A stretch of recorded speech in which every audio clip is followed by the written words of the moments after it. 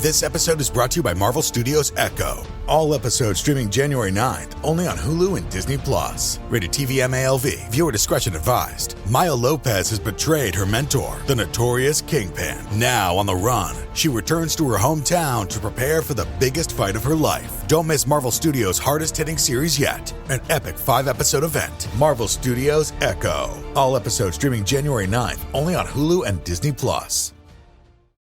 Join me, 48 Hours correspondent Erin Moriarty, on my podcast, My Life of Crime, as I take on true crime investigations like no other. This season, I'm looking into the labyrinth of crime and secrets within families. I'm cutting straight to the evidence and talking to the people directly involved, including investigators and the families of victims. Listen to My Life of Crime with Erin Moriarty wherever you get your podcasts.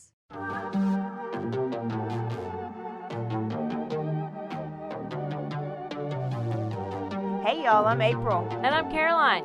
And this is your Bloody Happy Hour. Caroline, are you ready for this? This is your newest guilty pleasure. It's the bloodiest part of your week. Did we say something about it also being happy hour? Show did. Because we're about to be sipping on some murder. Bloody Happy Hour.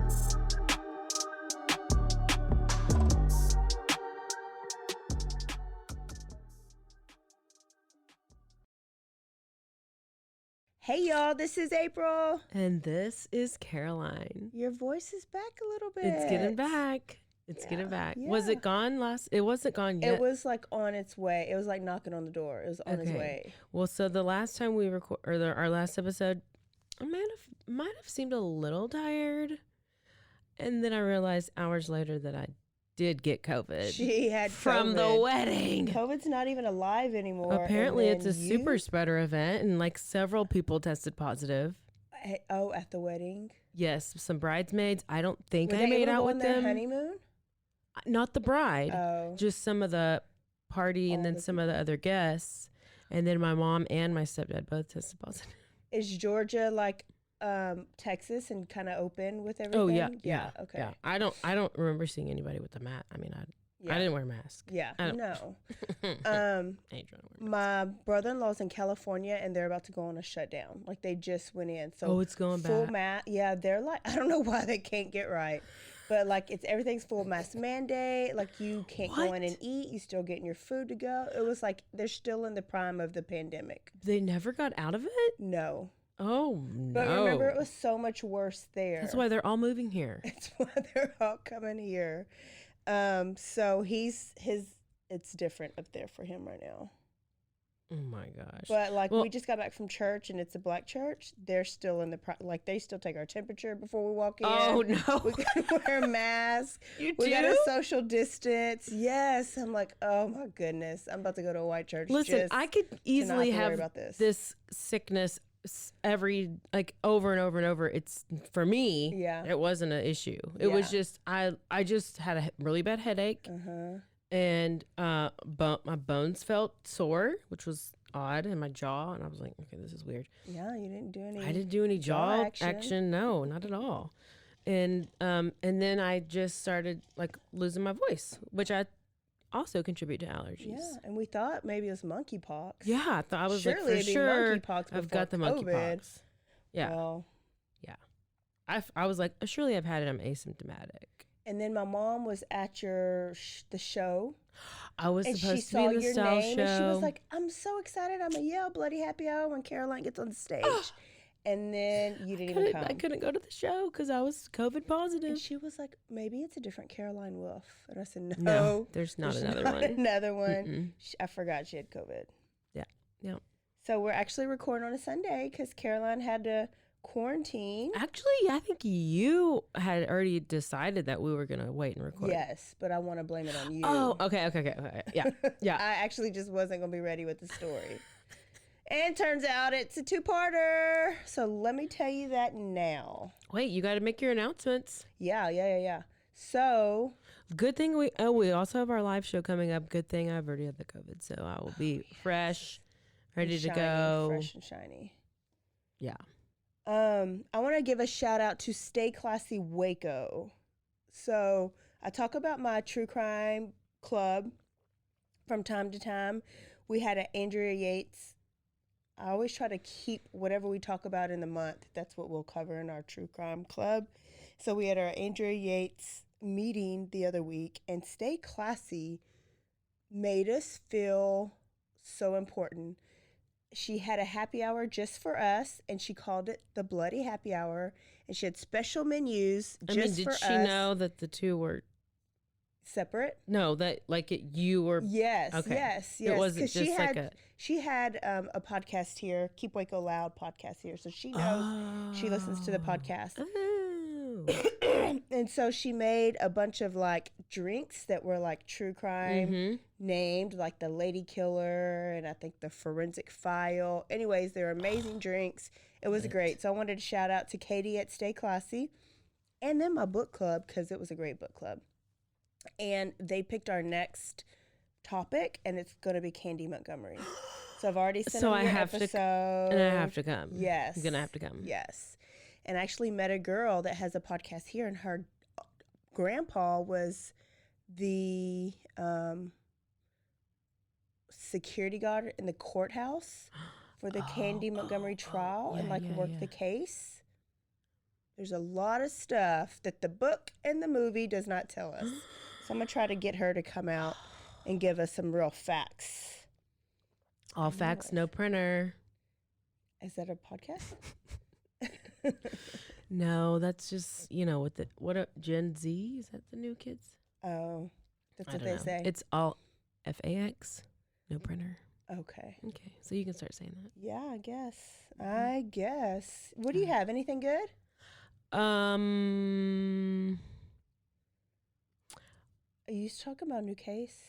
Oh, okay, She guys. forgot that quick. I did.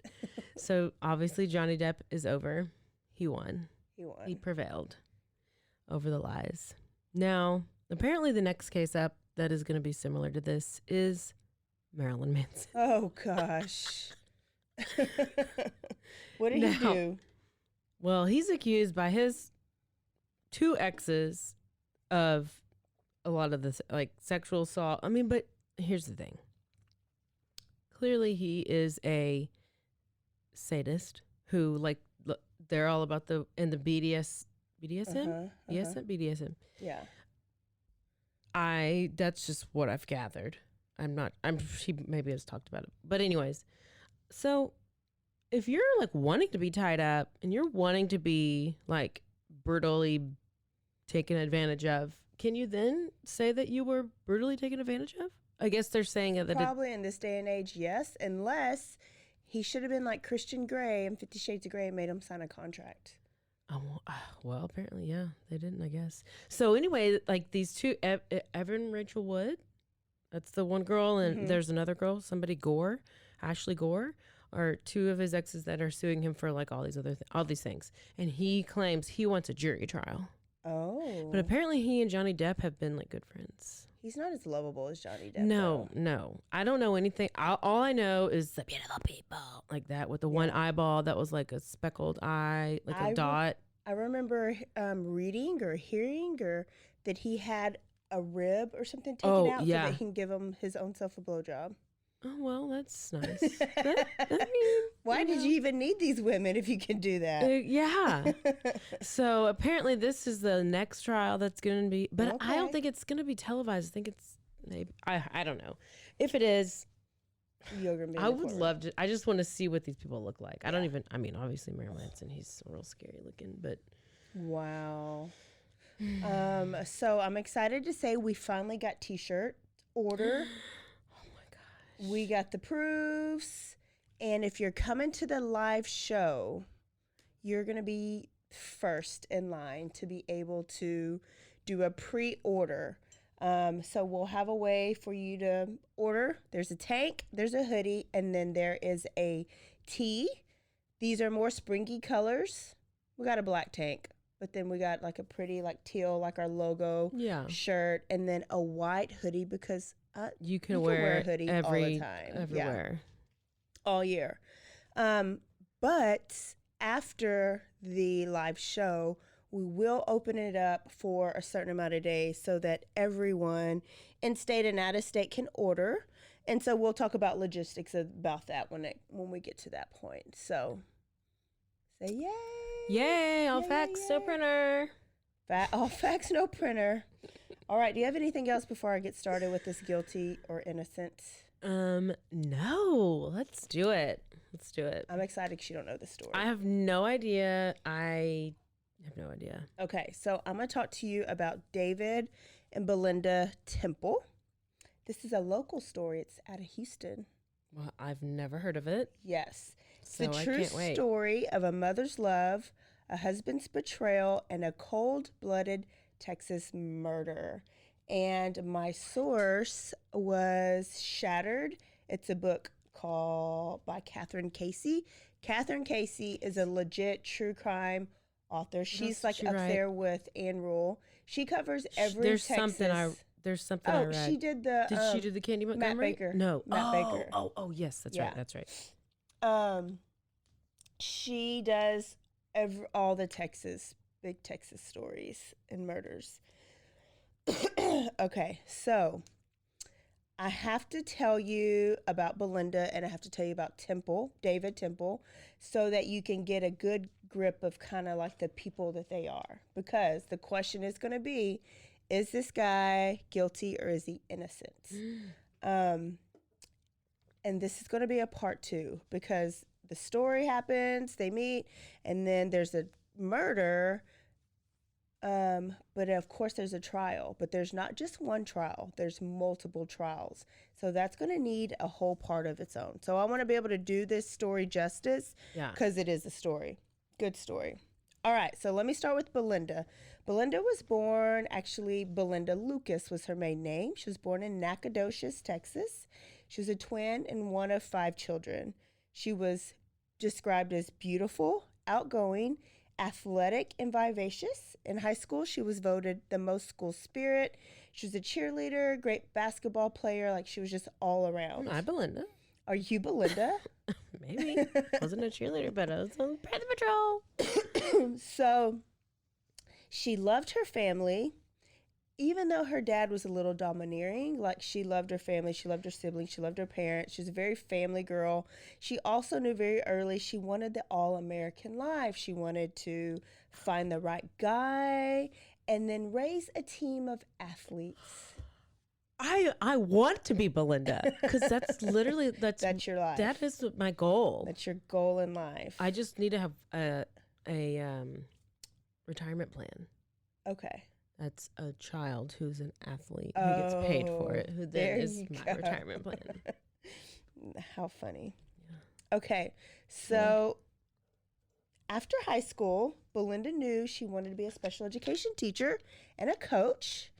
And after graduation, her twin sister, Brenda, went to Stephen F. Austin, which is in Nacogdoches. And she had a scholarship. It was like a livestock scholarship because she showed. They were total opposite. Yeah. She was like showed cows and heifers and stuff, where Belinda was the athlete. Yeah. But Belinda stayed for years. She went to Angelina Junior College, and she stayed at home with her parents. But she didn't love that idea because Dad was very strict. And she was just like, I want to have, she wasn't a party girl, but she's like, I want to have a normal, like, college life. Yeah. So that only lasted about a year. She worked hard during that year. She worked at Brookshire Brothers, which is usually like a grocery store in smaller towns when you don't have like a H-E-B or Walmart. And she taught aerobics at Ultra Fit Gym. Oh my gosh. Yes, girl. She was very much about her body. And then that next year she enrolled in Stephen F. Austin, where her sister was, and she lived in a 2-bedroom apartment with her roommate named Stacy. And Stacy will kind of come up here and there. And she was working on her teaching degree. So living her life. Living her best life. Living her best life. Belinda. She, at this time, was in a pretty serious relationship. They talked about getting married. Oh. It was a guy from her high school. Oh, They even got engaged. But she found out about him being unfaithful, and she dropped him like quick and didn't look back. You go, Belinda. I know. And so Stacy later says like she didn't play. She was not going to like try to drag on a relationship that wasn't going anywhere. So she was like, okay, bye. She didn't put up with anything. No, she didn't. And she always said she didn't want a man to control her like her dad kind of did her mom. Her dad wasn't abusive. They were just kind of old school. And so she felt like her mom took a back seat to her dad, and she never wanted to be like that. Yeah, yeah. This will actually later change, you'll see. So break up, and now she's single and living her best life. Okay. Let me go to David. Okay. So David was born in Katy, Texas, right up the road in Houston. His parents bought land near some rice fields there in Katy, and they lived on like 2-ish acres. And they were very much a boy family. He had 2 other brothers, so that's 3 boys, mom and dad, and the boys ran the house. The dad ran the house and the boys ran the house. The mom kind of took the back seat. They hunted, they fished. By the time they were all in high school, what are you doing? I was like, what are these things in this pillow? And it was like these wooden sticks. I thought it was a hidden treasure. Sorry. There's treasure in the pillow, but it was part of the pillow. So continue. So by the time they're in high school, Dad had bought them all shotguns. But that wasn't normal. I mean, that was normal. Half the people in Katy, they had like these shotguns. You went hunting. That's just their way of life. Yeah. So David was a great athlete. He was good at baseball, but he was a beast at football. He was born he was born to be a football player, football star. His physique was perfect for it. He had like this thick neck. He was big. He was broad. He played linebacker, and he was known across town as the Temple of Doom, because when you were hit by him, it was like by a freight train. Oh no.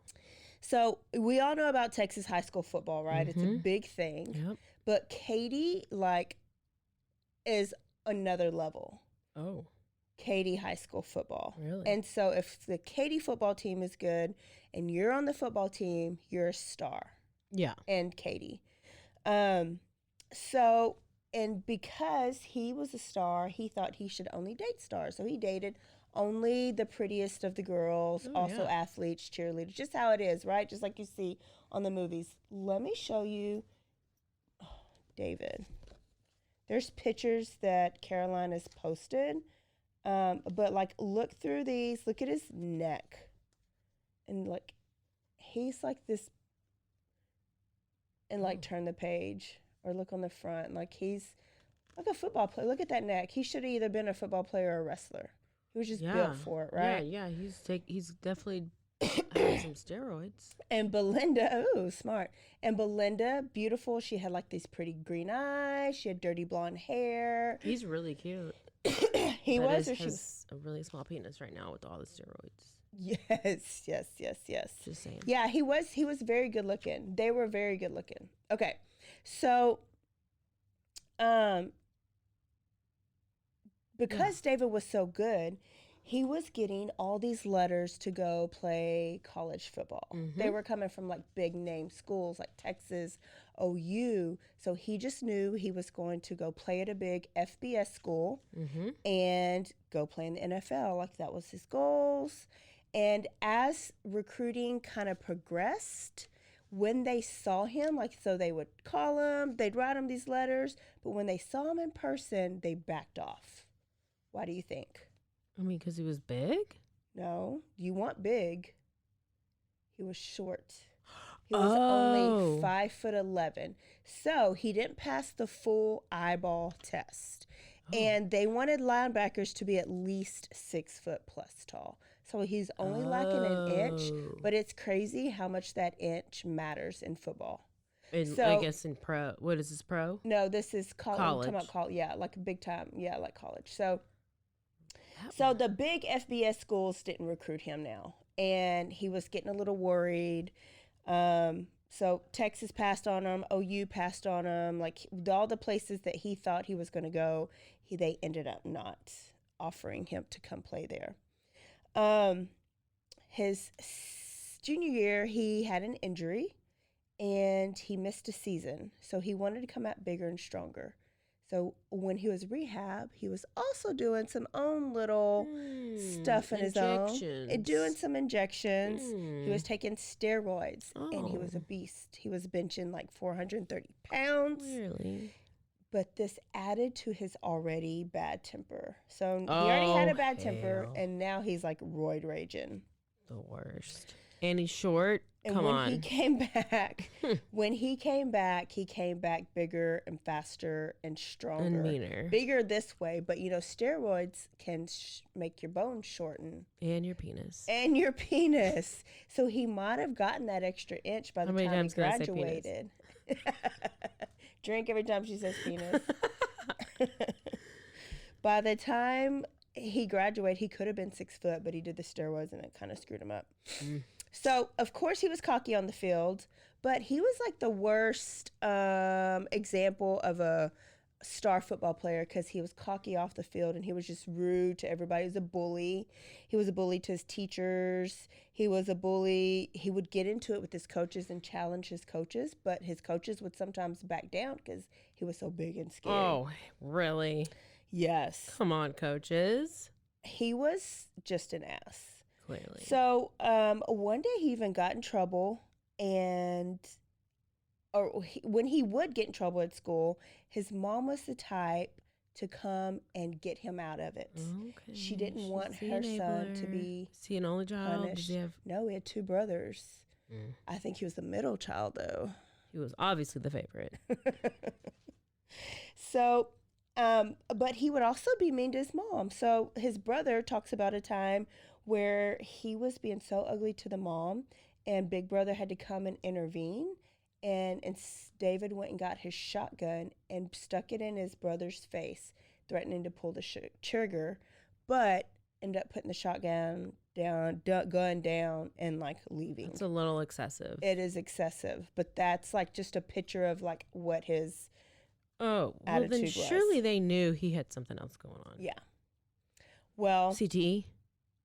Could be. David got into some legal troubles in high school, like just little stuff like car burglaries. Not little stuff, that's big stuff. But why is he burglaring cars? He was like stealing, I forgot what they called them, but fuzzbusters, the radar detectors. Remember you'd have those in your... Oh my gosh. It's like $15 at Best Buy. Well, he was stealing those. He was breaking into cars. I think he just was bored and he needed some kind of a rush. Assaults. Assaults, yeah. And Sir, there were even rumors who are we that assaulting? He hit a guy with his car. I thought you were going to say with his penis. It won't swing. It's too little. But by the time he graduated, he ended up getting a scholarship. And the scholarship was to Stephen F. Austin. So not one of the bigger schools that he was thinking of, but this was a full ride scholarship. And he was like, I'm going to play football, so I'm going to go. So Tell he me was again, excited. what years was this? This is now like 87-ish. Oh, okay. I wouldn't have known them. Yeah.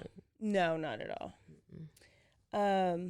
So he graduates and he is voted most athletic. He has a picture in his yearbook next to Renee Zellweger because they graduated together. What? Renee Zellweger was voted dream date.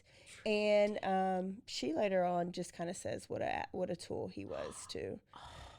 So, and one more thing I want to say about David is he was very particular about everything. He's very type A, like OCD, but especially about what he was wearing. He had to have the most name brand clothes, socks, shoes, and his shoes always had to match his outfit. So he took multiple showers a day and always changed into this great outfit. He never looked bad, like never dressed down. He wasn't one of those coaches that would walk around in wind pants, right? Mm-hmm. And a t-shirt tucked into these wind pants. You know those coaches? He wasn't one of those. He was always dressed down. Or they're wearing the spandexy shorts with the tall socks that have like pockets on them or something. Yes. They're like, what are y'all wearing? Stop. I feel like I have an issue with the guy that takes that multiple showers a day. Yeah. Like 3 showers, 2 to 3 showers a day, and he would change. So when he would later go to work, he'd have all these like clothes up on hangers because he was changing multiple times a day.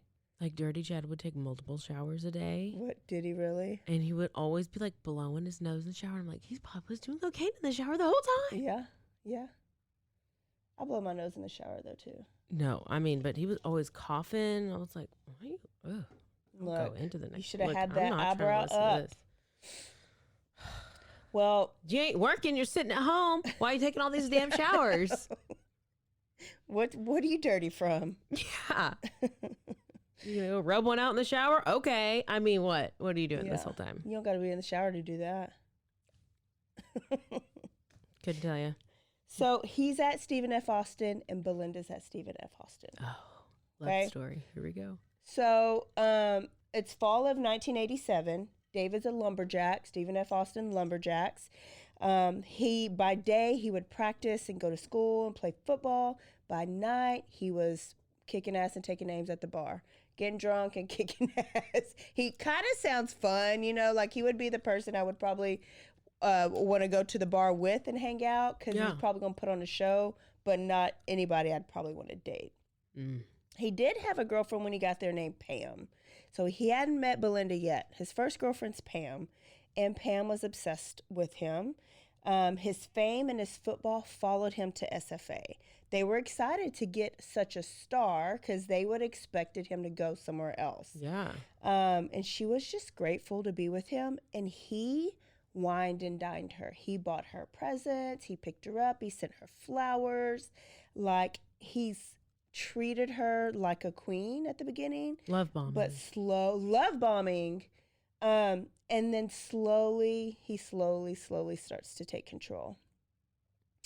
And so, but she kind of submitted to him, and she would never tell him no. But one time she did. He wanted to come over. She was having a girls' night with her girls. So she told him, no, I'll see you tomorrow. Well, he busted in her door. Showed up anyway with his friends, busted in the door and attacked her like she was another lineman.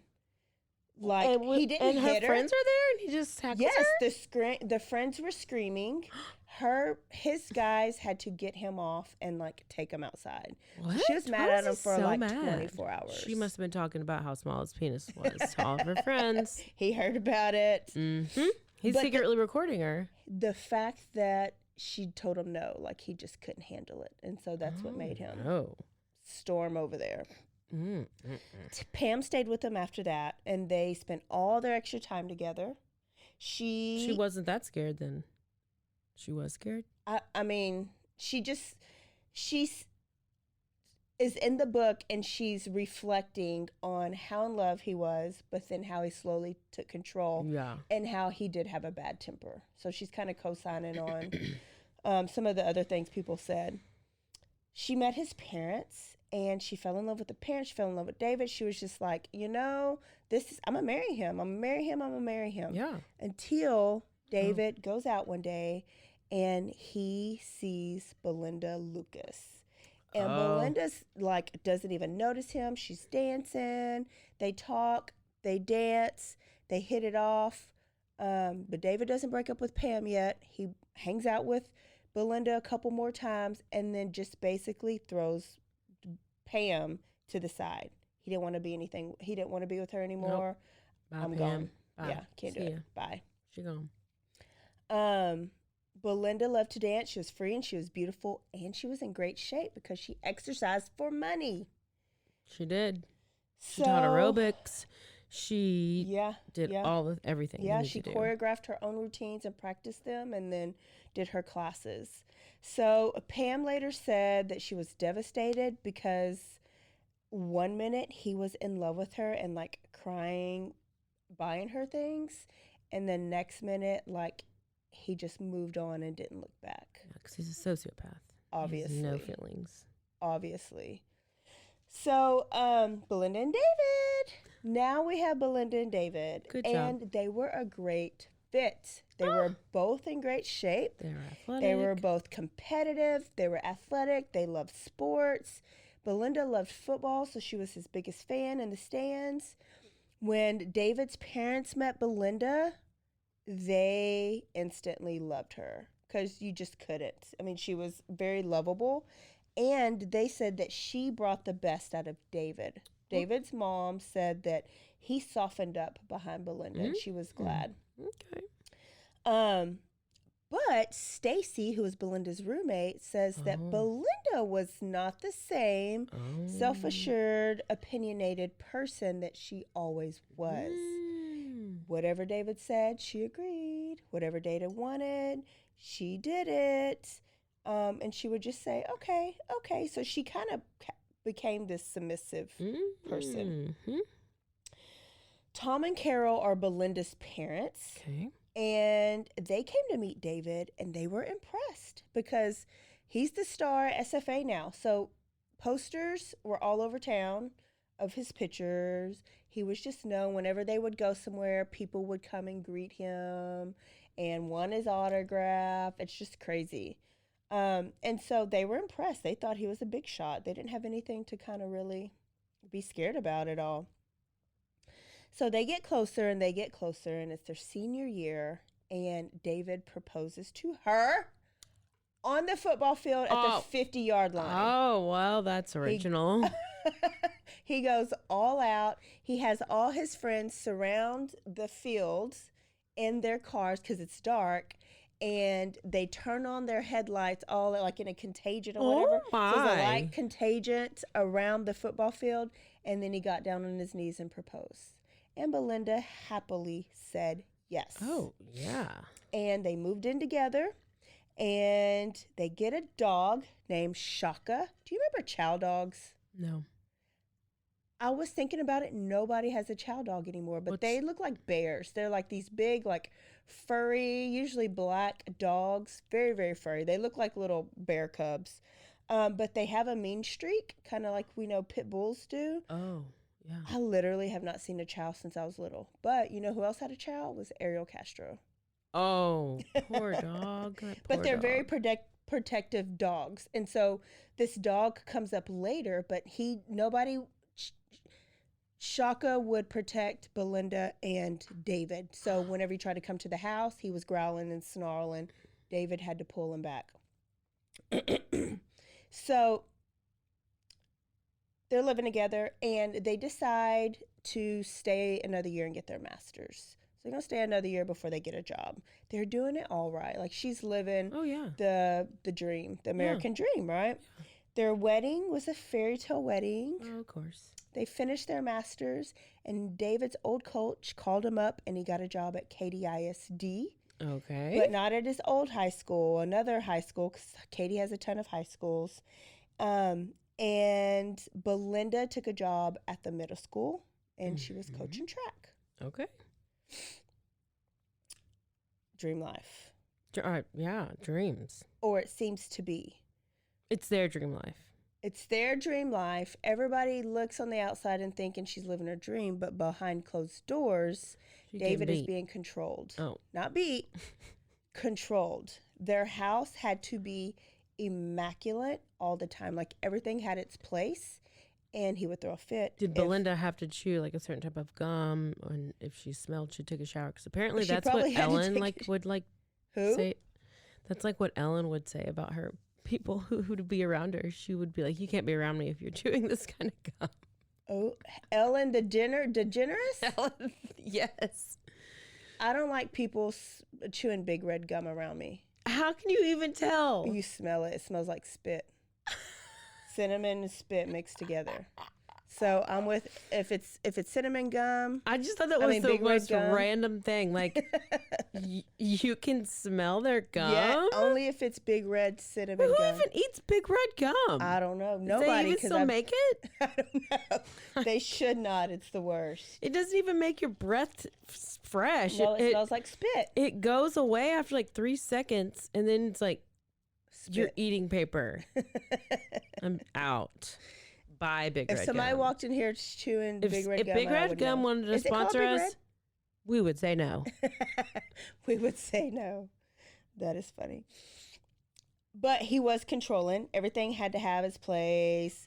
And by the way, my mom used to continue to put Big Red gum in our stockings up until I was at least 35. She's fired. I was like, get rid of the Big Red, put in the extra. Yes. Bye. Yes. Bye. That's all I have to say about that. Big Red gum. Awful. I'm gonna look at the store for that to see if they still have it. If they do, it needs to be It recalled. needs to be gone. Recall that. Gone, gone, gone. Let's start a petition. So, we're so random. So random. Okay, so he was controlling her at home. Everything had to be perfect, right? But then he started pulling her away from her family. He didn't like her family. He called them rednecks. But she had a twin. So can you imagine not? Twins have to be together. Yeah. So she would talk to them a lot, but she didn't see them a lot. David was making them, like drowning them with the Temple family. They had to do everything with his family and not her family. And if they went, he would like time them. And after an hour, it would be like time to go. I can only handle your redneck white trash family for an hour, is what he would say. Oh my gosh. That does sound somewhat familiar to some, not to me, but to some other people. So they're coaches. So they only stay at that job for a year and they get another job. And now they're at Hastings High School. And this is in a Leaf ISD school district, which is in the same area. And his coaches that he worked with said that David would go too far with his players. His anger, he expected perfection and didn't understand that school kids can't give you perfection. Like they make mistakes on the field and off the field. And so he just wasn't understanding. And so he was ugly to the players and then ugly to the coaches who questioned him. His yard had to be perfectly manicured and organized and in place. And Belinda had to have dinner on the table ready for him when he got home. And so neighbors later commented about how she would be outside playing with Evan and talking to the neighbors. And then a certain time would hit and she would, we got to go. I got to cook for David and have it ready. Okay. Yeah. Well, yeah. And it's just things that he demanded. I mean, I wouldn't be mad about somebody doing my yard like really perfectionist like that. Yeah. So I might do So it. he's a perfectionist, but he doesn't demand me to have the yard in perfection or make me go out there and do it with them. He just needs to have it. Yeah, good. I'd be like, listen, I'm not going to do it. I'm only half all Mexican. I'm I'm not going to mow a doing is yard. blowjobs and that's it.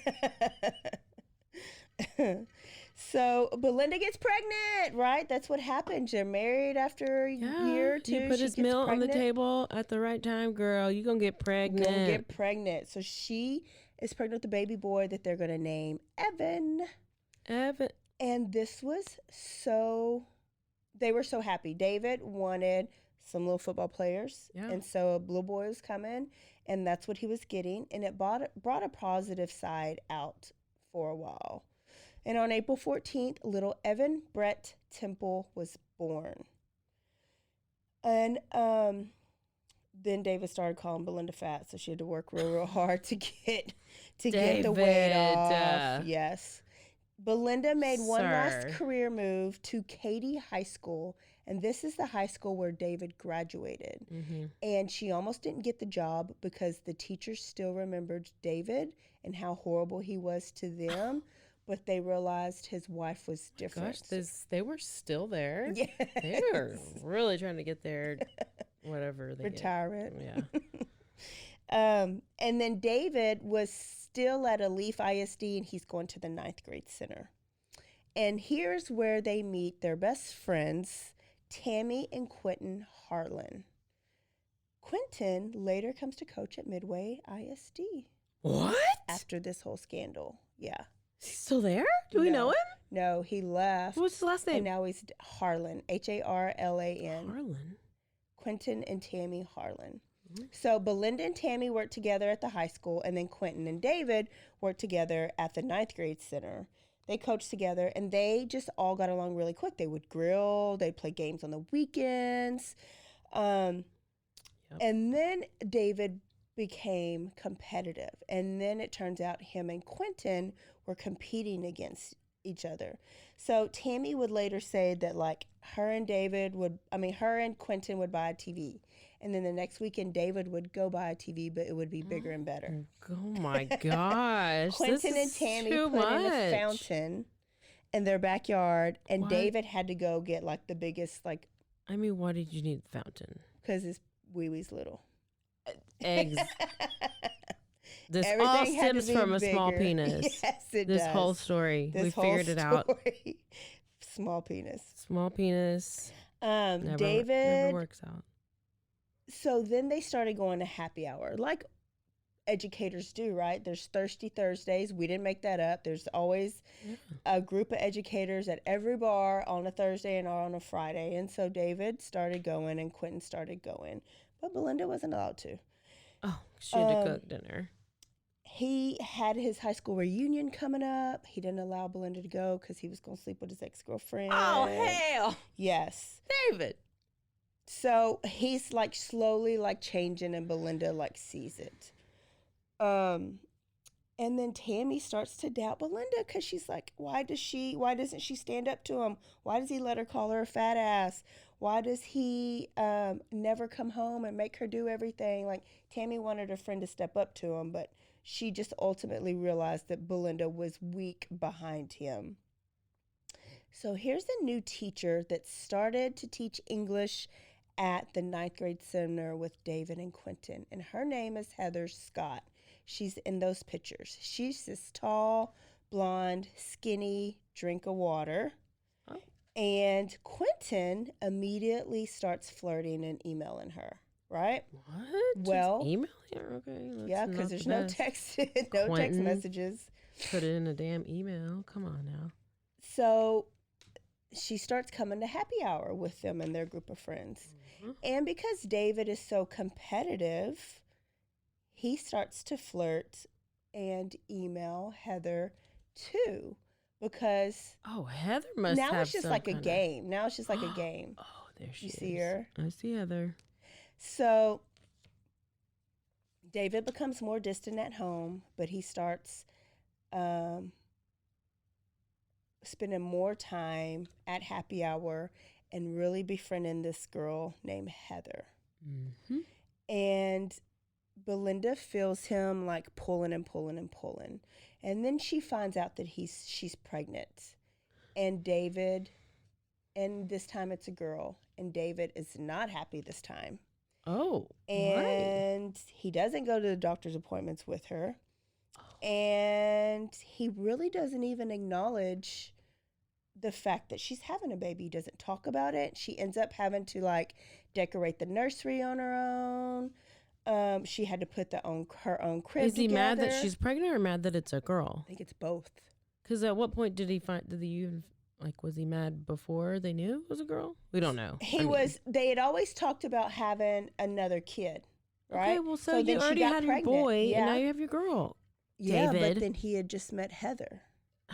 David, you can still and Heather on the side. And okay? Belinda just thought that maybe because it was a girl. So whatever it may be, they think because it's girl, you'll see that he disrespects. I don't think he has any respect for girls. So he wanted all boys, just like his dad had all boys. So his flirty friendship with Heather progressed. So when they would leave the bar, he would go to Heather's house. Heather's roommates, remember, they would spend hours in her bedroom. And Heather actually was a lot like David, where she was always had to be dressed to a T. She changed multiple times, and she wouldn't like go to Target in flip-flops and, yoga pants. Yeah. She had to have her outfit on. That's so much work. And look great and have full makeup, full hair, and everything. Do those people ever take off their makeup? Yeah, but nobody sees. How do you do that? I don't know. That's a lot of work. It is. It is. And product. It is. It's a lot of effort. Okay. Bye. There was hundreds of emails going back and forth with David and Heather, and they were even closer at school. So people at school knew something was going on with them. The coaches' wives knew something was going on with them. So that football season, Belinda was not allowed to sit with the football wives anymore, coaches' wives anymore. He demanded her to sit with his parents because he was afraid the coaches' wives were going to tell her about his new side piece.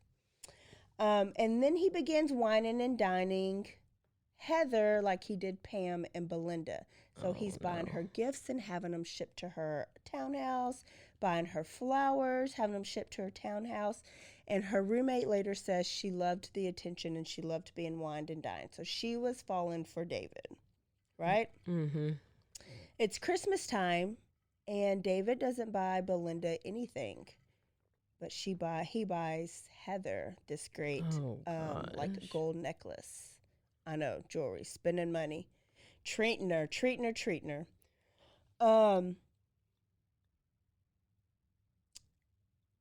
Belinda later tells somebody that she thinks that he's having an affair. She just has no proof. But she's sitting at home. She's pregnant. She's devastated. She's lonely. But she also don't want her marriage to... Similar. It sounds a little bit like Lacey Peterson. It does. It does. All the stories, I think, just are all... I mean, your pregnant wife, and then you're out here cheating with this other chick. Yep. This happens at the same time as Peterson, too. Like, after this happens... and why wasn't this one... I don't know what happens, so I guess I can't compare it yet. So she knew he was having an affair, but she had no proof. So now her sister Brenda's come to visit for the New Year's. And David comes in. It's New Year's of 1999. Great year. David comes in and he goes, "Oh, hey, I'm going hunting for the weekend for New Year's Eve. I'll see you in a couple days." So he packs his shotgun and his clothes, and he kisses her goodbye, and he tells Brenda bye, and he leaves. But he doesn't go hunting. He goes to a townhouse where Heather and Tara live, and they're throwing this big New Year's Eve party. And he spends the whole weekend with Heather, partying, watching football, having sex, and movies on the couch. Oh, no. And Belinda spends that whole weekend throwing up by taking her bedside. down Christmas decorations, throwing up, silently wondering where her husband was. She's like going to Home Depot and putting up shelves and blinds and stuff, like honeydew stuff that he should be doing. When David gets home, like that Sunday, they go eat dinner at Los Cucos. And they go back to work, and people at Belinda's school don't see anything out of the ordinary. She's still happy Belinda, but she does look sad.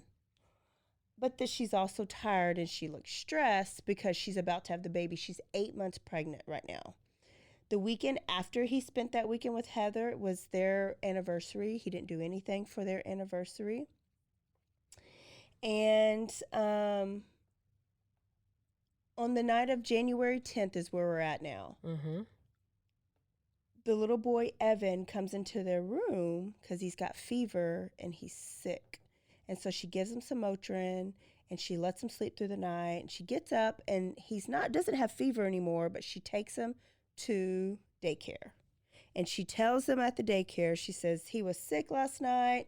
If he runs fever, call me and I will pick him up." And now a word from our sponsors.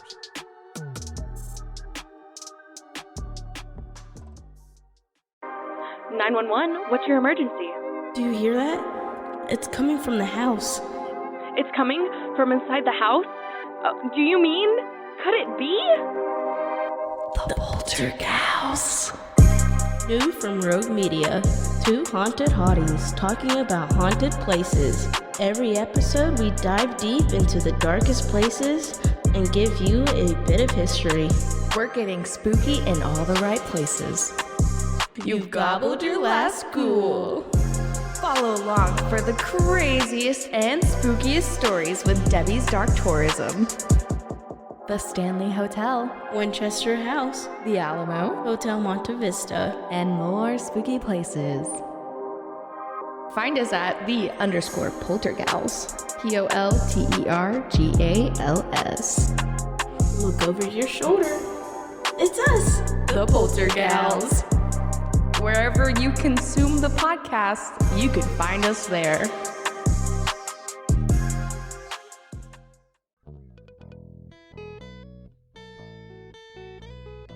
Hi, this is Sarah, And I'm Carter. and this is Some of Our Thoughts. We're two Southern sommeliers, and we want to share everything we love and know about wine. We started hanging out during quarantine and cooking and drinking and listening to music, and we just thought this would be a great way to bring everything we know to you guys. We will make wine knowledge and food pairings easy and approachable. So put on your favorite vinyl, grab your favorite glass of wine, tune into our show, and let's have some fun. Wine and vinyl. So check us out on roguemedianetwork.com or wherever you get your favorite podcast. We'll be talking about a lot.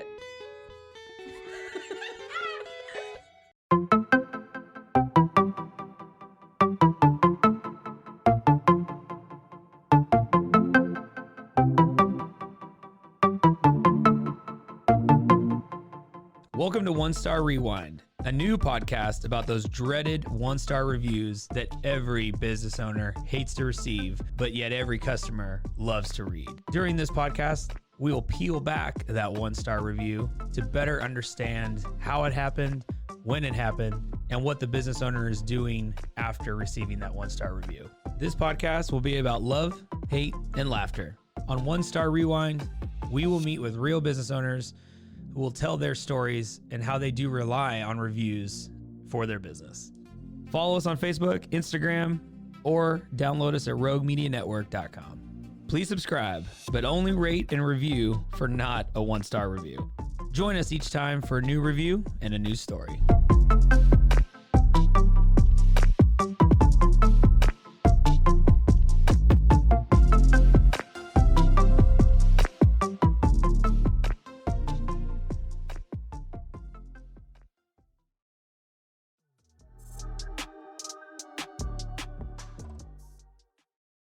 Okay, so she takes him to daycare, and she's like, call me if he gets sick. I will come and pick him. David will come and pick him up. They agreed that morning that David will, because she didn't want to use her time because she knows she's going to go out on maternity leave. So she goes to work, and her feet are swollen, and she's tired, and she's kind of stressed because she feels bad about Evan. And she makes it to about halfway, and the daycare calls and said that he has 100.6 fever, and you need to come get him. So she calls David and calls David and calls David, and he doesn't answer. So she has to leave work, and she goes to get him. And she goes by her mother-in-law's, and she picks up some homemade soup that the mother-in-law made, and she gets home. David meets her at the house, so she ends up getting a hold of him, and he meets her there about noon-ish. And she goes back to work, and she finishes her night, okay? That's really all we know. David says that she gets home at 3:45 that afternoon, after work. She had finished work, she had a parent conference, she gets home at 3:45. Well, about 5:25 that evening, David pulls up in his truck, and the neighbors across the street, neighbor Mike, gets a knock at his door, and it was David Temple. He said someone had broken into their house and to take Evan. So he gave Evan to neighbor Mike, okay. and he turned and he sprinted back to his backyard. He didn't go through the front door. He went through the backyard. And Mike was like, wait, don't. What if he's still in there? So Mike's running after David. Oh my gosh. And he sees David go into the back door. And so he tries to get into the backyard, But Shaka, the mean-ass chow, comes and tries to attack neighbor Mike. So neighbor Mike ends up just having to hold the gate shut because Shaka's like trying to break down the gate to get at him. And when he's looking, he sees that there is glass on the ground. The back door had a window on the top of it, and there's broken glass. So he was thinking, is somebody in the house? What if the burglar is still in the house? Whatever. Yells at his wife to call 911. And then a 911 call came in. So let's play this 911 call.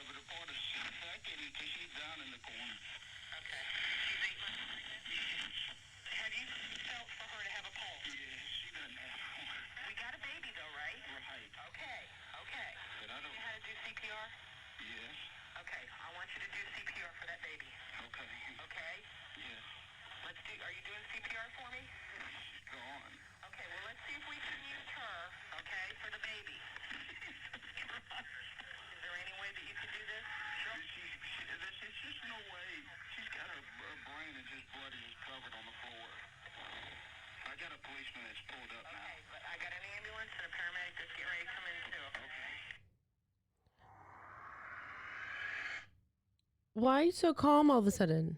Why? Oh, the police. And what is her brains on the floor? Yes. What? Yes. And how is she? His CPR, is the baby out? No.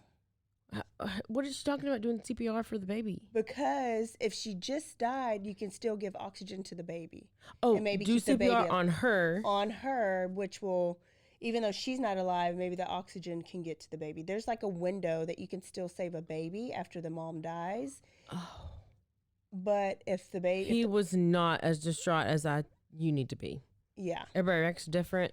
Don't care. Yeah. This is not just this is your pregnant wife. Yes. Yeah, no. You know. So he says, I got a cop car, or the police are here or whatever, right? So the police arrive and they see neighbor Mike still holding the gate shut because he doesn't want to let Shaka out. The cops come and they say who's in the house, and they describe David. He's real big. He's in the house. And so they try to penetrate the backyard, and Shaka's like, hell no. So they need to get in because they don't know what's going on. David hadn't come outside.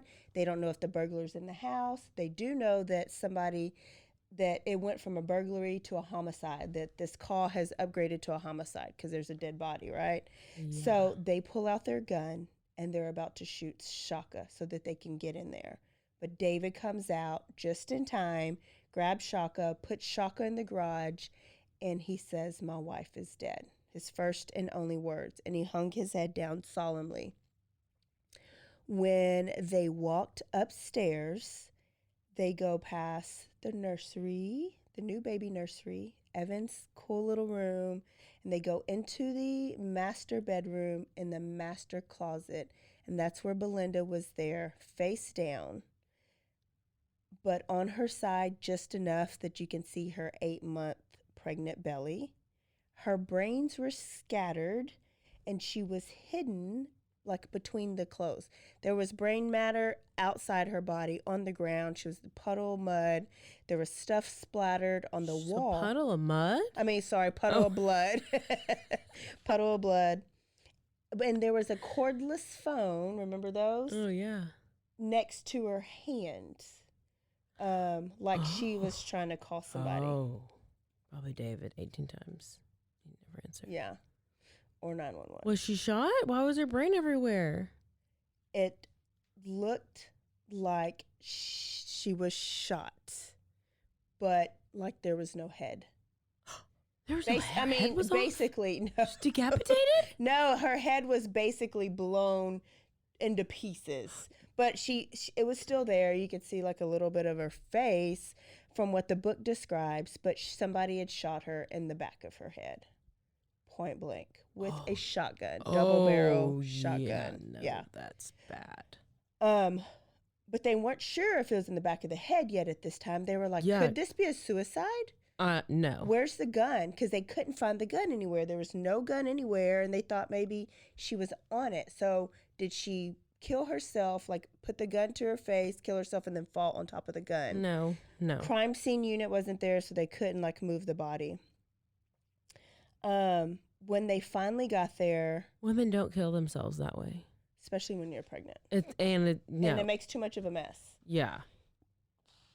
They suddenly noticed that David has not cried this whole time. His head was in his hands, but there's no tears. And his parents showed up frantic, but he still just was kind of just like calm. He felt more perturbed. Yeah. Seemed like he was more perturbed than anything. Because he just killed his wife and there's blood all over the place and brain matter, and now his house is dirty. No, he doesn't have dinner ready. Dinner's not ready. So they got consent from David to search the place and collect any evidence. And then they put him in the back of a cop car because they haven't questioned him or anything yet, and they need to.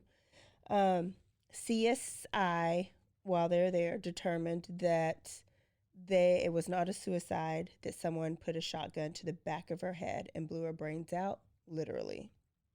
David said someone had broken in the house. Remember, he told the neighbor, he told the police, and there was broken glass on the back door, but everything else suggested, I'm not sure if this is burglary.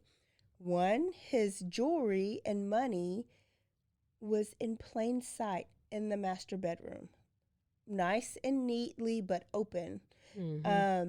His watch, his necklace, her gold bracelet, his championship ring that he won at Stephen F. Austin, and there was cash, and it was just neatly placed and undisturbed. So if a burglar would have taken some or all of that, right? Drawers were pulled out, like suggesting that maybe somebody's going through drawers, but the shit in the drawers was meticulously not disturbed. It was not disturbed. It's like it's like he pulled the drawers. Like, oh shoot, I forgot to mess up the. Like he couldn't mess it up. Yes. Like no.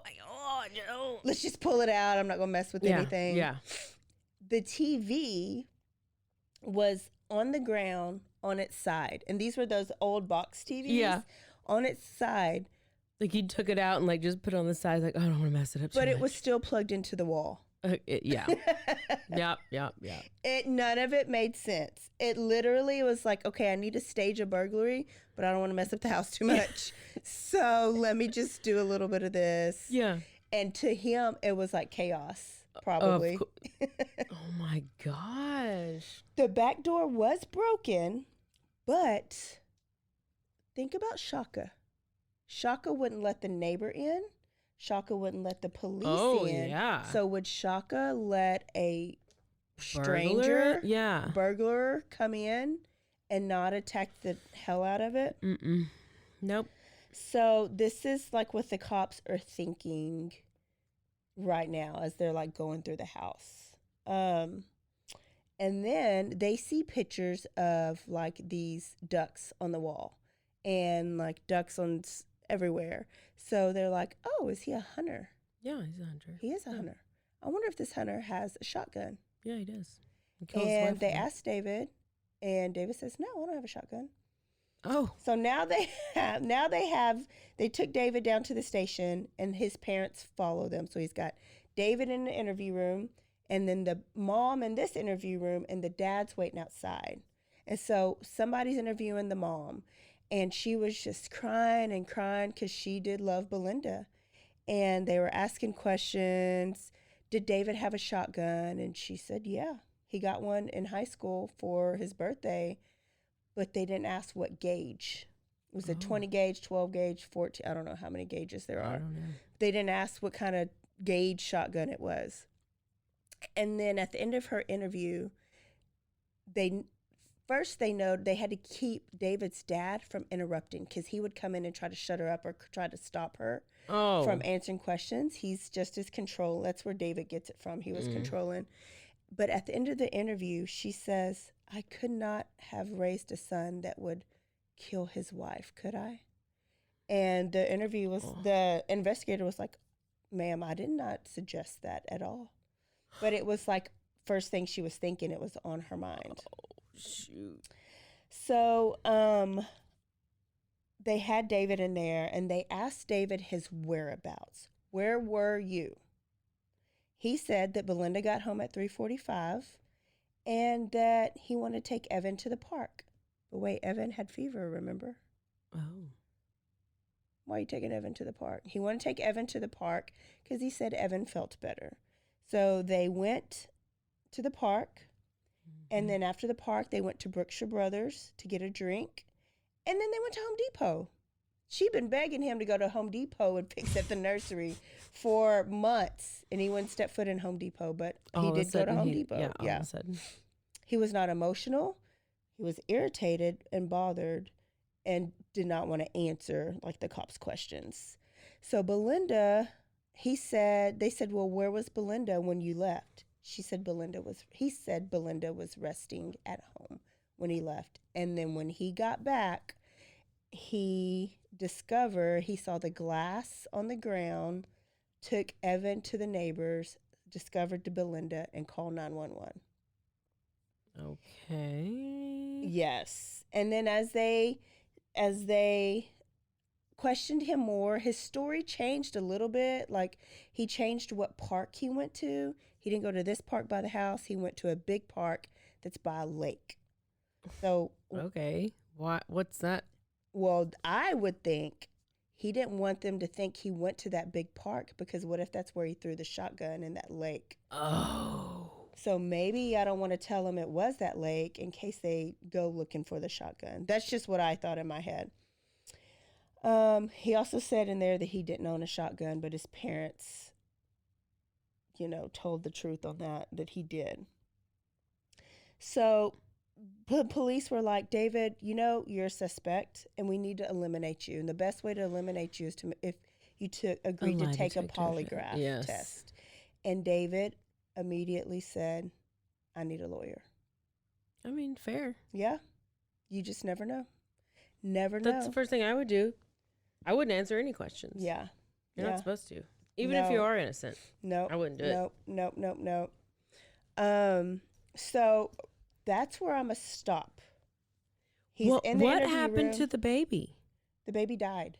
Oh, hell. Yeah. Okay. Well. She was dead a lot longer than. Oh, then. Yeah. Okay. Yeah. She said we know she did get home about 3:45-ish. He didn't discover her, quote unquote, until 5:30.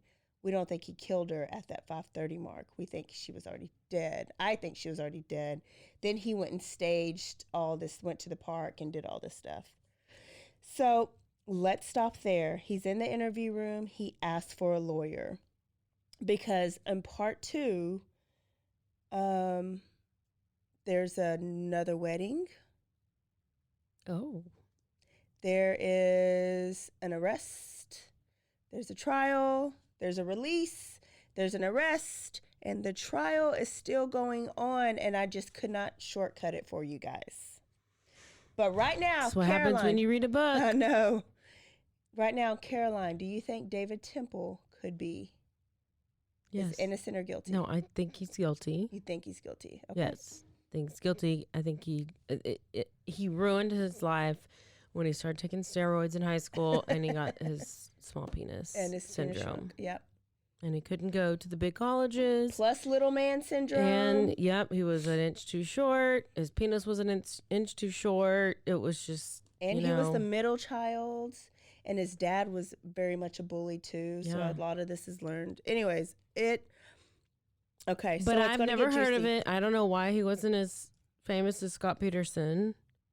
I mean, literally never heard of this guy. So what happened is this happened, and then a little bit later, Scott Peterson supposedly killed Lacey Peterson, and then that just overshadowed. Why? I don't know. They're just as pretty.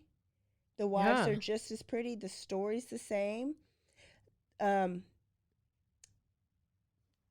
going to compare the cases and the side pieces because both cases have side pieces. Yeah. I think what made Scott Peterson so big is that Amber Fry turned on him really quick. Maybe because Lacey was missing. Yeah. And it was the missing pregnant wife. Yes. I guess. Yeah. And then she showed up in the lake that he was fishing on suddenly. Yeah. So maybe the build up to the murder. And then Amber Fry did go on and do her little interviews and all that stuff. Yeah. The tea. I know.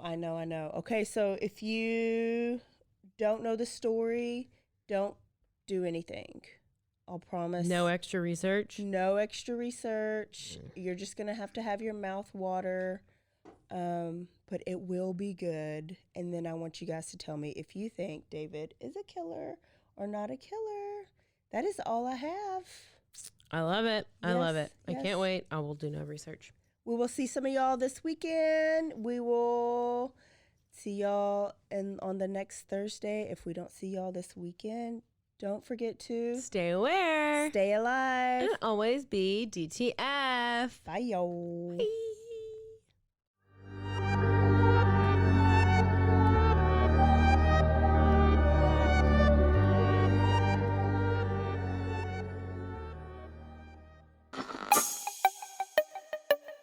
This has been a Rogue Media podcast.